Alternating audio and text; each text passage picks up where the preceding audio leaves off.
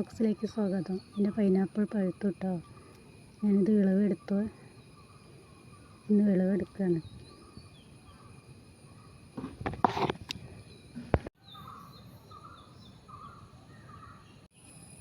ഇതാണ് കേട്ടോ പെരുംജീരകം. പെരുംജീരകം കായ്ച്ചു, വിത്ത് വിതറി മുളപ്പിച്ച് തൈ ഉണ്ടാക്കി കായ്ച്ചു. ഞാനിതിന്ന് ഓരോ തണ്ടുകൾ നാളികേരത്തിൽ അരയ്ക്കാൻ വേണ്ടിയിട്ട് എടുത്ത് കൊണ്ടുപോകാറുണ്ട്. പിന്നെ ഞാൻ മുകളിലേക്ക് കയറി വരുമ്പോൾ ഇതൊന്ന് ഓരോന്നെടുത്ത് കഴിക്കാറുണ്ട്. കഴിക്കുമ്പോൾ നല്ലൊരു രുചിയാണ്. പച്ചവെടുക്കൽ തന്നെ എടുത്ത് കഴിക്കല്ലേ. അധികമൊന്നുമില്ല, ഒരു തണ്ടുമ്പിൽ തന്നെ കുറേ ഉണ്ടായിട്ടുണ്ട് കേട്ടോ. ഒരു തണ്ടുമ്പിൽ തന്നെ. അപ്പോൾ മക്കൾ ചോദിക്കുന്നുണ്ട്, ഇതെന്താണമ്മ, അതെന്തിൻ്റെ തൈയാണമ്മ? ഞാൻ പറഞ്ഞത് പെരുംജീരകത്തിൻ്റെ തൈയാണ്. ഇതാണ് പെരുംജീരകം, ഇങ്ങനെയാണ് പെരുംജീരകം ഉണ്ടാകുന്നത്. ഇങ്ങനെയാണോ?